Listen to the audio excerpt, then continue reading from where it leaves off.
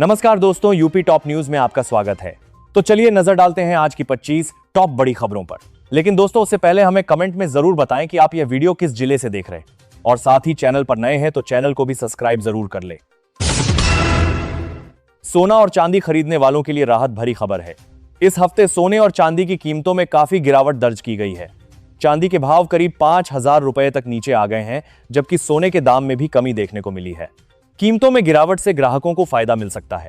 बाजार के जानकारों के अनुसार अंतर्राष्ट्रीय बाजार में बदलाव और मांग में कमी के कारण सोने चांदी के रेट गिरे हैं। ऐसे में खरीदारी करने वाले लोगों के लिए यह अच्छा मौका हो सकता है। फर्रुखाबाद जिले में एक आंगनबाड़ी केंद्र पर बड़ी लापरवाही का मामला सामने आया है। यहां एक 3 साल का मासूम बच्चा गलती से केंद्र के अंदर बंद रह गया। काफी देर तक बच्चा अंदर ही रहा, जिसके बाद परिवार वालों को इसकी जानकारी हुई। सूचना मिलते ही परिजन और आसपास के लोग मौके पर पहुंचे और बच्चे को बाहर निकाला गया। बच्चे के सुरक्षित मिलने के बाद परिवार वालों ने राहत की सांस ली। घटना के बाद लोगों ने आंगनबाड़ी केंद्र की व्यवस्था पर सवाल उठाए हैं। अधिकारियों ने मामले की जांच कराने की बात कही है। रामपुर में अब सरकार के आदेश के बाद एलपीजी सिलेंडर की जगह पीएनजी गैस को बढ़ावा दिया जा रहा है। इस बदलाव से जिले की गैस एजेंसियों के संचालक परेशान हैं। उनका कहना है कि अगर ज्यादा लोग पीएनजी गैस का इस्तेमाल करने लगेंगे तो एलपीजी सिलेंडर की मांग कम हो जाएगी, जिससे उनके कारोबार पर असर पड़ सकता है। वहीं सरकार का कहना है कि पीएनजी गैस लोगों के लिए आसान, सुरक्षित और बेहतर सुविधा देने वाला विकल्प है। आने वाले समय में गैस व्यवस्था में यह बदलाव धीरे धीरे लागू किया जाएगा।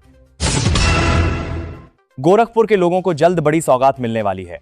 मुख्यमंत्री योगी आदित्यनाथ शहर के पहले 6 लेन वाले फ्लाईओवर का उद्घाटन करेंगे।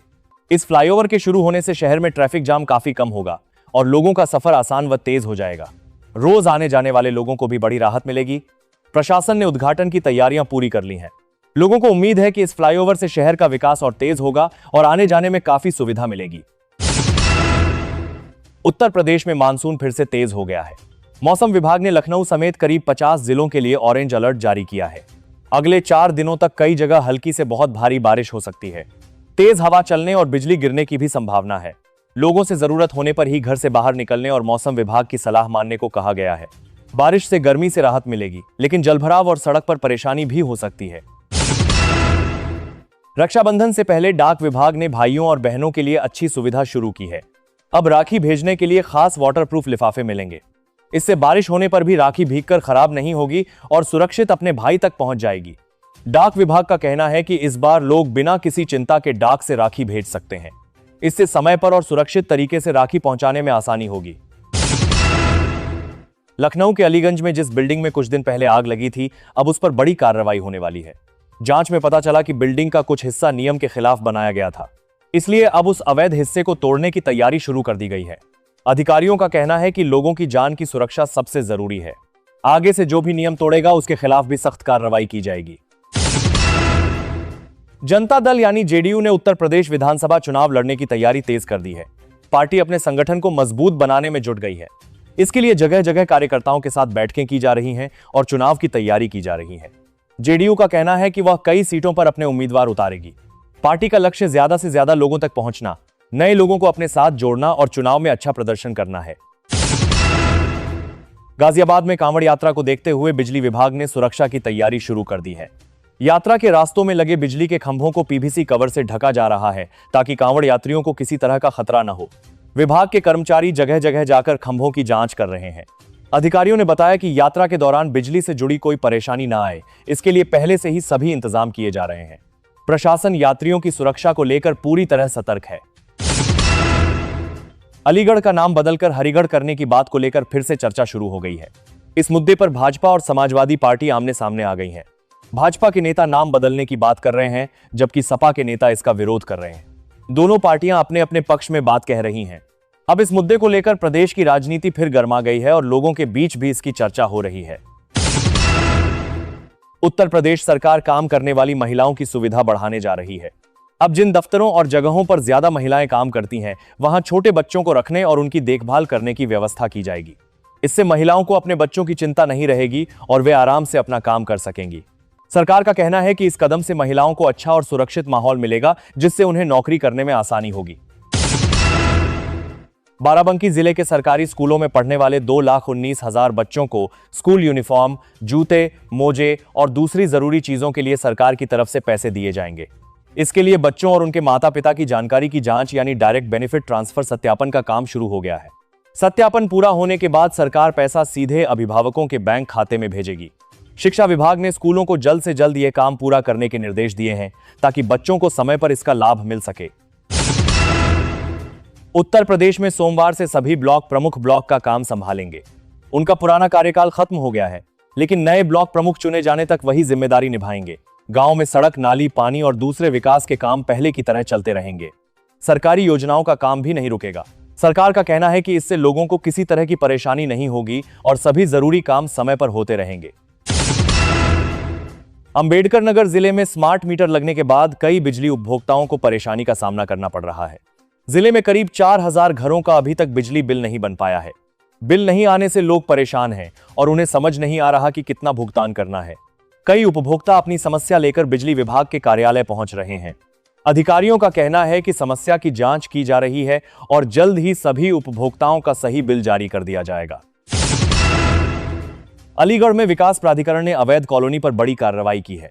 एडीए की टीम ने करीब 15 बीघा जमीन पर बनी बिना अनुमति वाली कॉलोनी को तोड़ दिया। अधिकारियों ने बताया कि यह कॉलोनी नियमों को तोड़कर बनाई जा रही थी।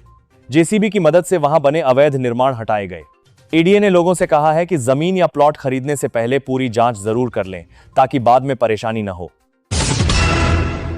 उत्तर प्रदेश में हर महीने 1200 यूनिट तक बिजली खर्च करने वाले उपभोक्ताओं को लाइफलाइन टैरिफ का लाभ नहीं मिलेगा। बिजली विभाग ने साफ किया है कि यह सुविधा सिर्फ कम बिजली इस्तेमाल करने वाले घरेलू उपभोक्ताओं के लिए है। ज्यादा बिजली खर्च करने वालों को पहले की तरह सामान्य दरों पर ही बिल देना होगा।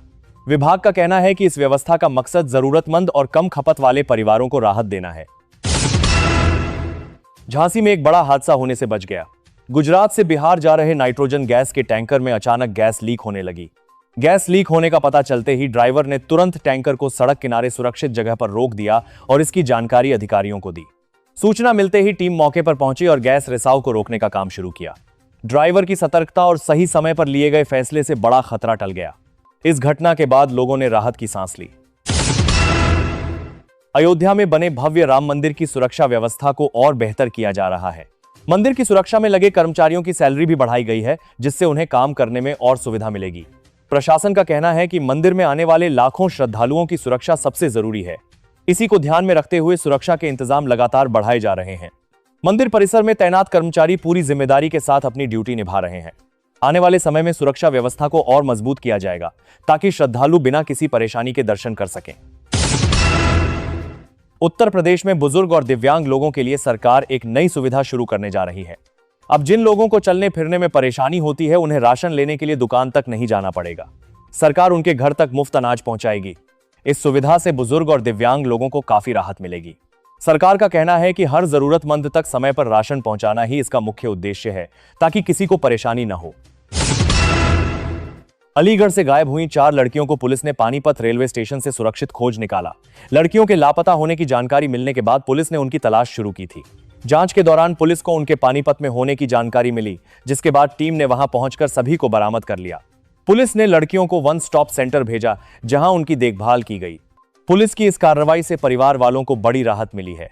अब आगे की प्रक्रिया पूरी कर लड़कियों को परिवार के हवाले किया जाएगा। भदोही जिले के लोगों के लिए एक अच्छी खबर सामने आई है। यहां अब करीब 3 करोड़ रुपए की लागत से नया शादी घर बनाया जाएगा। पहले बनाई गई योजना में कुछ बदलाव किए गए हैं और अब नया प्लान तैयार किया गया है। इस शादी घर में लोगों को शादी और दूसरे कार्यक्रम करने के लिए बेहतर जगह मिलेगी। इससे गरीब और आम परिवारों को भी काफी सुविधा होगी। प्रशासन ने इस काम को जल्द शुरू करने की तैयारी शुरू कर दी है, ताकि लोगों को इसका फायदा मिल सके। आगरा के एसएन मेडिकल कॉलेज में एक बुजुर्ग महिला को कोरोना जैसे लक्षण दिखने पर भर्ती कराया गया है। निजी लैब में उनकी जांच रिपोर्ट पॉजिटिव आई है, लेकिन अभी कोरोना की पुष्टि नहीं हुई है। अब सरकारी लैब में उनका RT-PCR टेस्ट कराया जाएगा। रिपोर्ट आने के बाद ही साफ होगा कि महिला को वास्तव में कोविड-19 है या नहीं। फिलहाल डॉक्टर महिला का इलाज कर रहे हैं और उनकी हालत पर लगातार नजर रखी जा रही है।